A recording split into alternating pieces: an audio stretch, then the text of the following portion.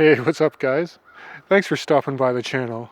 We're out in the Great North for this video, but we're going to be talking about the Sinn 556 in the limited edition color options.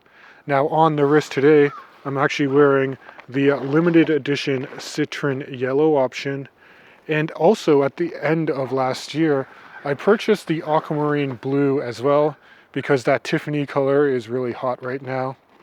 You can also purchase a green dial or an orange dial 556 limited edition, and these guys are limited to 400 pieces each, so it's a little bit scarce, and the retail price for these is also a little bit increased over what you would normally pay for a standard issue 556.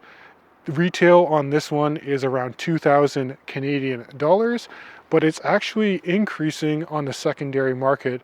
I've seen them go for 2 to 3 times as much, but I don't think that trend will continue. So if you are looking for one of these watches, maybe be a little bit patient. They're starting to become more available on the used market and in really good condition.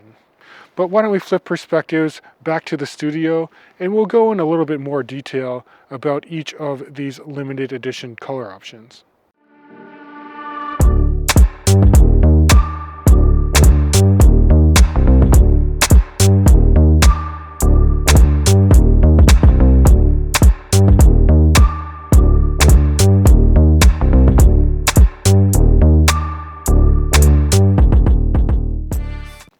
Alright, so I made it home safe from my hiking expedition, still rocking the Sinn 556 citron yellow on the wrist.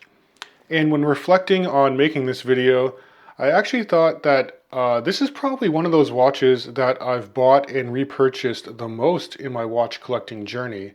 If you count for the different iterations of the 556, I think I've owned about 6 of them, and we'll go into the reasons why throughout the course of this video.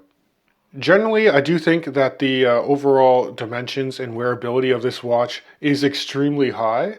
If you're familiar with these guys, they come in with a case diameter of 38.5 millimeters, which I actually thought was a little bit small for my 7.5-inch wrist, but it's mostly dial and quite legible.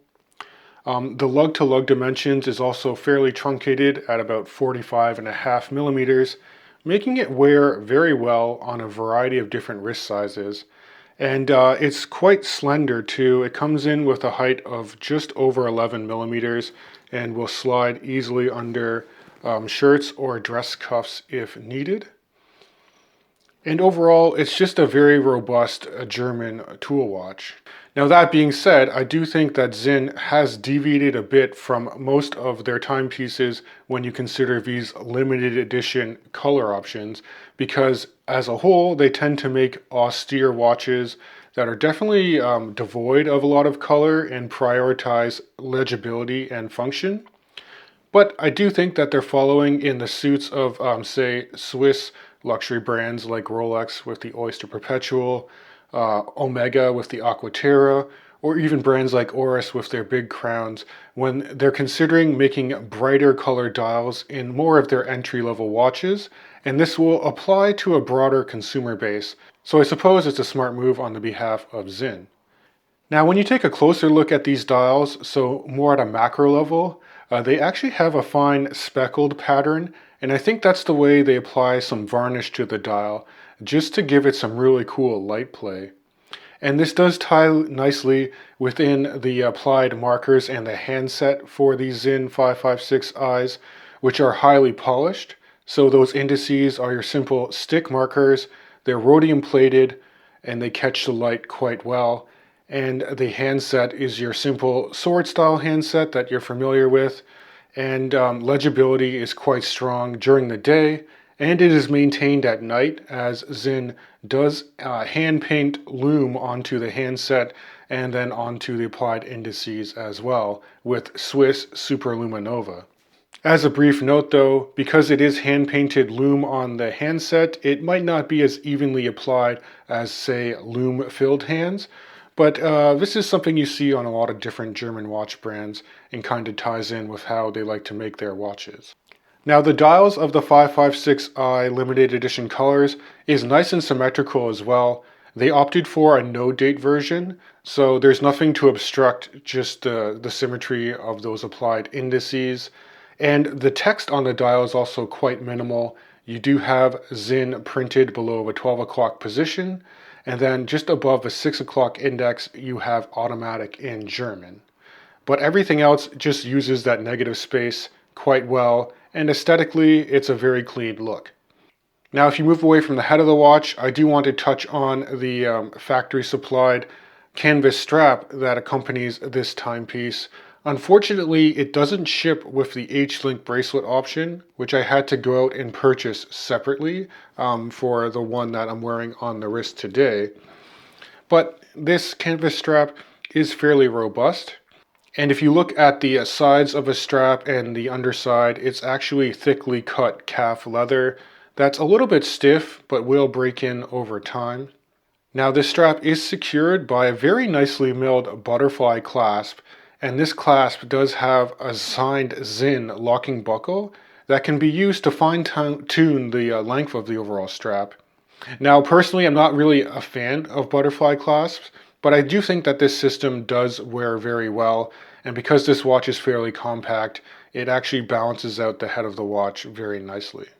Now, similar to other Sinn 556 models, the automatic movement inside this guy is either going to be an ETA 2824 or a Sellita SW200.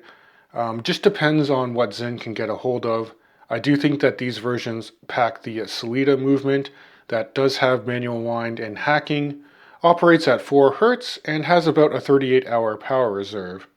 Now, while they don't advertise it, I do believe Sinn regulates these movements, as all of my 556 I've owned in the past run within COSC standards.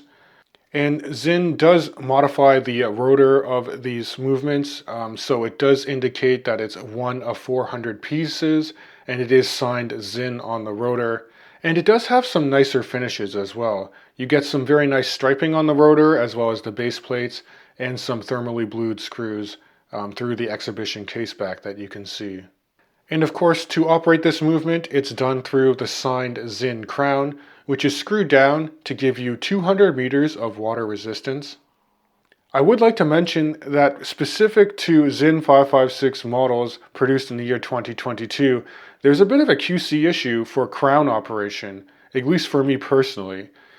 And maybe it's because there's a no-date version on these limited edition bottles, so you do have that ghost intermediate position, but actually getting it to the manual wind position isn't refined as I would like. And what's even worse is the haptics to try and rethread the screw-down crown have been very difficult. It almost feels like the threads are cross-linked, or you really just have to pull it out, set the time again, and then try and re-screw it down without it getting stuck. Now let me know in the comment section below if you've experienced anything similar for any of your Sinn models. I did talk to the authorized dealer Watch Buys for Sinn about this issue, and they're saying you just might need to back thread and re-screw it down a little bit more, and it shouldn't really be a deal breaker, but it's something I do want to raise nevertheless. But I do want to wrap up this video on a positive note, because at the end of the day, the Sinn 556 is just such a wearable watch that's extremely robust. It's German over-engineering at its finest.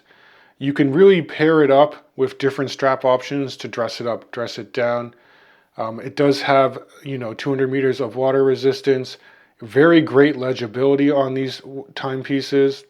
And as I mentioned before, if you're interested in picking up one of these colorful options, take a look at the secondary market. I do think that the prices are trending down and more of them are coming up for sale. Now, if you do enjoy this content, please consider subscribing to the channel. It does help out a ton.